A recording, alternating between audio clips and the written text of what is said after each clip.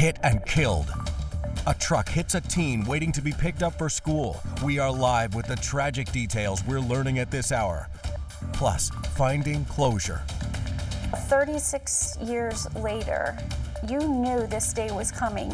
The family of a woman murdered more than 3 decades ago shares how it feels to finally have someone behind bars.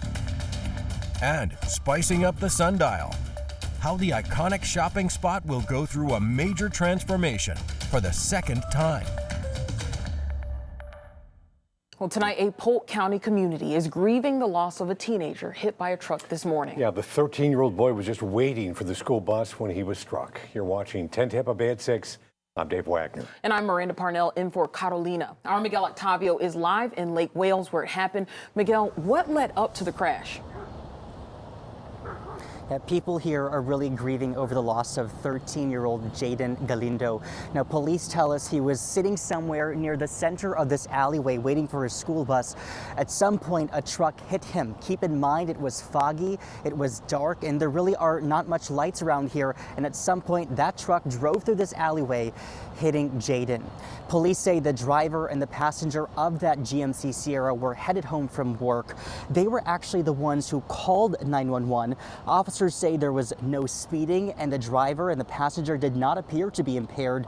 Just hours ago, Jaden was taken to the hospital where he passed away. And tonight, the deputy chief is urging you to pray and throw all of your support to all of Jaden's loved ones and family, including his mother. I can't imagine what she was going through. I mean, obviously we could see it, but just still can't imagine what she went through this morning. And it's still going through right now. There was also another student who was here waiting for that school bus when all of this took place. Polk County Schools says that they sent grief counselors to McLaughlin Middle School where Jaden attended to support students who knew Jaden. The police also tells us that they sent a group of chaplains to connect with the family when they heard about what happened to Jaden. As far as this investigation, this is still going on, but so far we are not expecting charges to be filed to the driver of the truck or the passenger. In Lake Wales, Miguel Octavio, 10 Tampa Bay. Well, developing out of Tampa, police have arrested a 14-year-old boy in connection to last month's shooting in the city's University Square neighborhood. The teen is accused of killing a 12-year-old and injuring a 15-year-old after one of them brought a gun into a home on East 111th Avenue. Police say the 14-year-old thought the gun was unloaded when he pulled the trigger. Investigators say the older teen survived a gunshot wound to the mouth, but the 12-year-old died from his injuries. This was all from a single bullet. New this evening, after 36 years, a family believes they're a big step closer to justice after an 82-year-old woman was murdered in her Pinellas County home.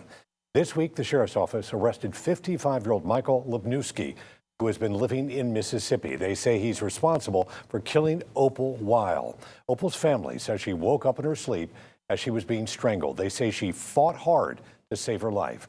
Her family members tell 10 Tampa Bay's Megan Myers her putting up a fight is a big reason someone is behind bars this evening.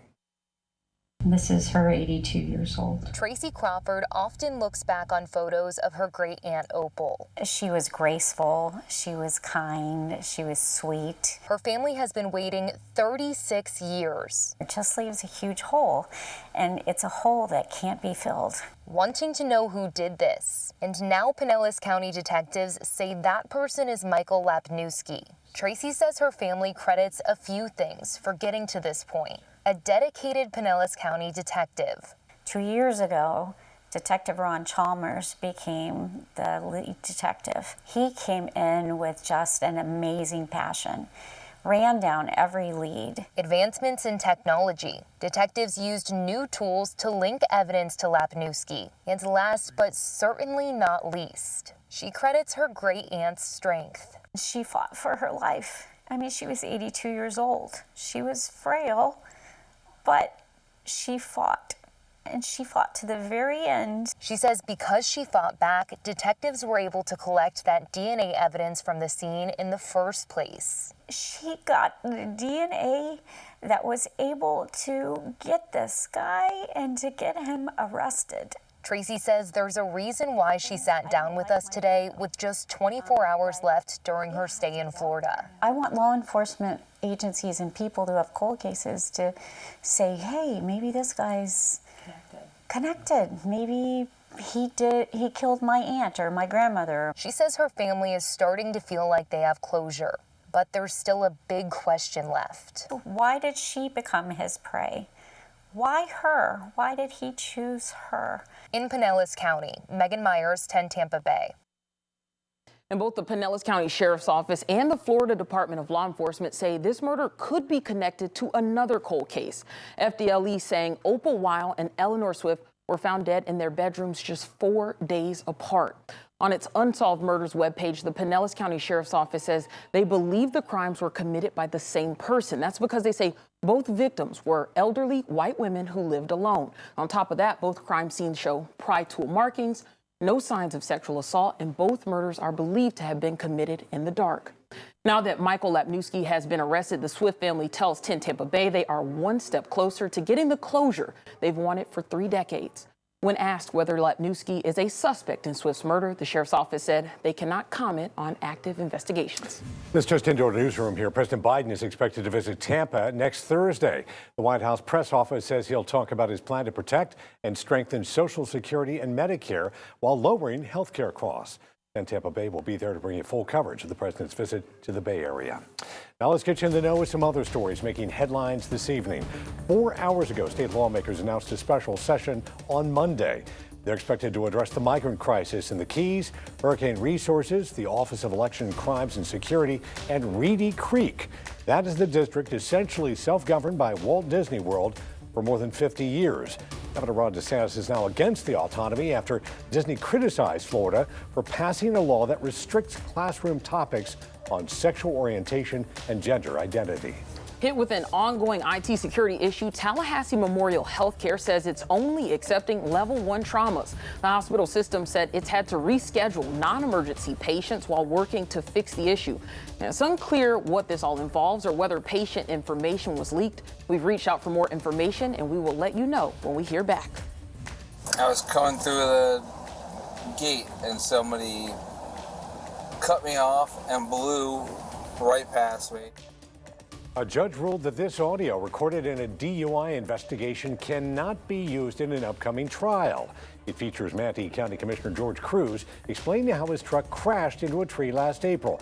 Deputies believe he was intoxicated, but court documents show law enforcement failed to read Cruz his Miranda rights. That's his right to remain silent. The trial is scheduled to start this Monday, February 6th. Well, yesterday, Tampa police arrested 53-year-old Clarissa Cubby, accused of killing a man last year on November 8th. Investigators say she stabbed the 49-year-old on the 400 block of East Nordica Street.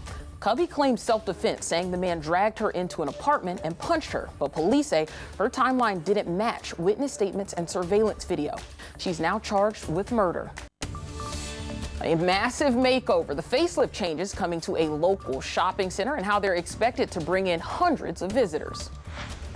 One Buccaneers player makes a fan's dream come true with tickets to the Super Bowl. Plus, we're going to hear from another teammate about his reaction to Tom Brady's retirement. We have learned about big plans for the Sundial in downtown St. Petersburg. Its new owners say they intend to give that property a major facelift. And as 10 Tampa Bay's Eric Glasser reports, if that's something you feel like you've heard before and perhaps not so long ago, you're right. Sundial, the outdoor retail development in the heart of downtown St. Petersburg, is about to undergo a major remodeling. Again. Well, you know, it's been so vacant for a while, and I think we're just excited that there's finally some interest in it, you know. You don't have to turn the clock or sundial back all that far, just 10 years, to when local businessman Bill Edwards spent tens of millions of dollars to redo what was then called Baywalk.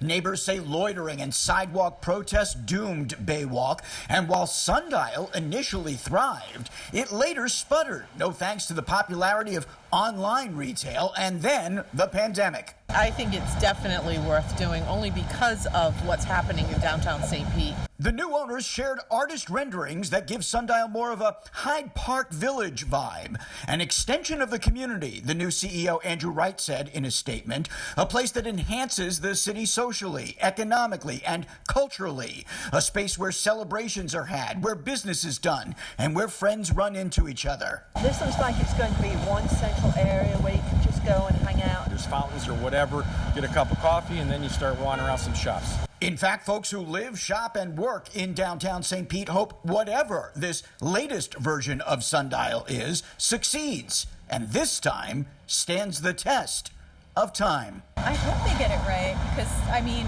that's part of having a thriving downtown. Those artist renderings show the AMC Theater and Seesaw remaining here at Sundial. If all goes as planned, construction could begin by this summer and is expected to take about 3 to 4 months to complete. In St. Petersburg, Eric Lasser, 10 Tampa Bay. And records show last year Ally Capital Group purchased the Sundial property from local business person Bill Edwards for $27.5 million. The new owners did not say how much the planned renovations will cost. Sarasota's Circus Ring of Fame is welcoming a new class of inductees, and this new year is boosting the experience of tourists. The Ring of Fame was set up in 1988 in Sarasota's St. Armand Circle. These inductees join more than 150 in the ranks of the greatest circus performers in history who will forever be remembered for their contributions to the art form. Among them, Peggy Williams, one of the first female graduates of the Clown College. A Next Generation Award is going to Daredevil daughter Annalise Knock, who is the youngest daughter of circus superstar Bello Knock. Every performance, everything that you do, the same amount of attention as you would, the first time to the last time, whether it's one person in the audience or 100 people in the audience. It opened the doors of the world to me. Traveling, living on a train, that was something new. All the things that we experienced, being mentored by people who were seriously in the business for a long time. QR codes debut on the plaques this year, which people can scan with their cell phones to read biographies and watch honorary performances. Several of the inductees are scheduled to appear at the induction ceremony. That is happening tomorrow at 4:30 p.m. in the Circus Sarasota tent at the Nathan Benderson Park. There's such a great history of the circus down there and so many talented performers. Yeah. Of course, really cool to see. The rain came in and it moved out. A little cooler weather out there, that's right? my kind of cold front. We got very beneficial rain, very brief at that. But then we got that air out of here, the clouds out of here, some cooler air that will be moving in. Today, Dave, is one of those backwards days. These are my favorite. Basically, we started off the warmer side. So that daytime high you see there was actually all through the overnight hours and into about 10:30, almost 11 o'clock this morning. That's when we made it to 74 degrees. Then that front officially shifted those winds, helped drop down those temperatures. Right before 5 p.m. is when we made it to 64 degrees. And in many spots, we are still falling out there. And if anything, this cool air that we're going to be enjoying throughout the weekend will actually keep us a little bit closer to where we should be for this time of year. Live view from our Wyndham Grand Clearwater Beach weather camera, as beautiful as can be out across the Gulf. There's 61 degrees, so even getting a little chillier for our neighbors out in Pinellas County already. 62 in Tampa, 61 in Wesley Chapel. Look up towards the Nature Coast. We're already starting to fall into those 50s as we speak. There is that northeasterly wind, and it did pick up quite a breeze as soon as that front pushed through. It has officially cleared the state, or at least the central portions of the state. But what's happening is we're still keeping that 10 to 15 mile per hour wind, gusting up to 20 miles per hour at times. And that trend will even continue through parts of tomorrow, which will keep us on the breezy side. Dew points. This is another thing we talk about when we're introducing some drier air into place. Dew points have been falling from the upper 60s, lower 70s yesterday to the 50s this afternoon and evening. I think even by tomorrow, we're going to see a lot of dew points in the 40s. So that is very comfortable, nice dry air that continues to stay in place. That will allow for these 60s that we're feeling now and eventually those 50s overnight into tomorrow morning to feel dry, to feel cool, and to feel pretty crisp as we kick off our upcoming weekend. Notice how we are going to still keep a bit of that breeze around. So while skies are clearing, that breezy wind will not allow fog to develop. So you can say goodbye to those foggy mornings that we've been stuck with for much of this week. This is actually what the temperature map will look like tomorrow morning. A lot of folks, especially to the north and even in some of our inland locations, will be close to the mid to upper 40s. But a good chunk of us will be staying right around those lower to near mid 50s, closer to where we should be for this time of year, especially those afternoon highs, because we will see abundant sunshine, but still cool, breezy air hovering overhead. That will allow us to actually climb into the 70s, middle 70s through tomorrow. But because of that wind shift and because of the fact that we're still going to be stuck with the breeze for a good chunk of the day, boaters that will keep winds out of the northeast 15 to 25 knots, seas right around 3 to 5 feet. So rough conditions out on the bay. The National Weather Service keeping a small craft advisory in place all the way through tomorrow evening. Here's a snapshot look at that weekend forecast. As quiet as can be tomorrow. Beautiful for those outdoor plans. Get out and do all the things. I do think Sunday Sunday will still be decent, but we are going to start to introduce a little more cloud cover into the forecast and a few more rain chances. So let me play through the futurecast for you, show you as clear as can be, no fog to worry about overnight through tomorrow morning, just a cool start in those 50s. Warming up, but look at that breeze still holding on persistent out of the east-northeast. Then as we go into Sunday morning, we'll have a mix of sun and clouds, maybe even a few sprinkles, but I really think it's going to be the second half of the day that we start to usher in a few rain chances, and models are really trying to pick up on some better rain chances, really the second half of the day going into Sunday night. But I do think a lot of us will be staying on the mostly dry side as we kick off our upcoming week. I mean, that will allow temperatures to really climb into the 80s through the middle of next week and stay above normal. Now, Seminole Hard Rock Hotel and Casino Tampa brings you 10 sports. Thank you for all the passion you brought to it, the attention you brought to RARF. And, you know, with all that being said, man, you're going to the Super Bowl. Let's go! We're going to the Super Bowl, dude. Buccaneers safety Logan Ryan making a dream come true for a lucky fan who won the Ryan Animal Rescue Foundation fundraising challenge. You can see the field in Glendale baking in the sun, getting prepped for next Sunday's game between the Eagles and the Chiefs. Now, we don't know if Logan Ryan will return to Tampa Bay next season. The same goes for Kyle Rudolph. The tight end caught Tom Brady's last regular season touchdown throw, or touchdown ball, I should say. He still has the ball and shared his perspective about the GOAT's retirement after getting to know him this past year. I think the biggest thing that always drove Tom's decision, and, you know, I'm not speaking for him, and I certainly wasn't around him as long as some of the other players that he played with. I think he gave all he had to the game. 23 seasons is a long time. His decisions are always, do I have anything left to give? Can I give it my all? Can I play at the level that I'm used to playing at? And I think you see that in his video that, you know, he got a little emotional as he got into his messaging, and I think he gave everything he had to the game of football. And now he's given everything he has to the movie industry. He's got cooking up a movie officially out. Look out for Tom Brady in a local theater near you where he plans to be loafing around all night via that tweet. With the Buccaneers looking for a new signal caller, the biggest fish out there who won't cost him any draft capital is probably Derek Carr, who put on an absolute show in Vegas last night in a skills competition. If you didn't see it, I don't blame you since it wasn't the most riveting content, but here he was, just peppering targets left and right. Amazing stuff. Derek Carr also refuses to wear any Raiders gear during the festivities and is electing to wear an NFL hat instead. So now him and Rob Lowe have something in common. You see, Brady, you might not be the only acting quarterback in town. Don't worry, we're moving on.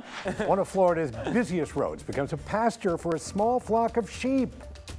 The caught-on-camera rescue that brought out Tampa police. Well, you hear about chickens crossing the road to get to the other side, but how often do you hear about it with sheep? Not often. You and her 2 lambs were precariously close to oncoming traffic, so Good Samaritans called Tampa police. There you go. This is body cam video from earlier this week here. The department says the sheep were found wandering on the I-4 ramp near 50th Street. Will this be a first? Yes, definitely a first. It's okay. You okay with your little babies? Yep, they're doing just fine. Police say they were able to reunite the sheep with their owners. Evan was out there with a shepherd's crook. That's right. Very hard. Yeah, all dressed up. With, Come on now. Yeah. Come on now. We got to make it to the weekend. Yeah, leave it to Tampa police. Doing a bad job. Oh, get out. I'm out of that. I want no association there.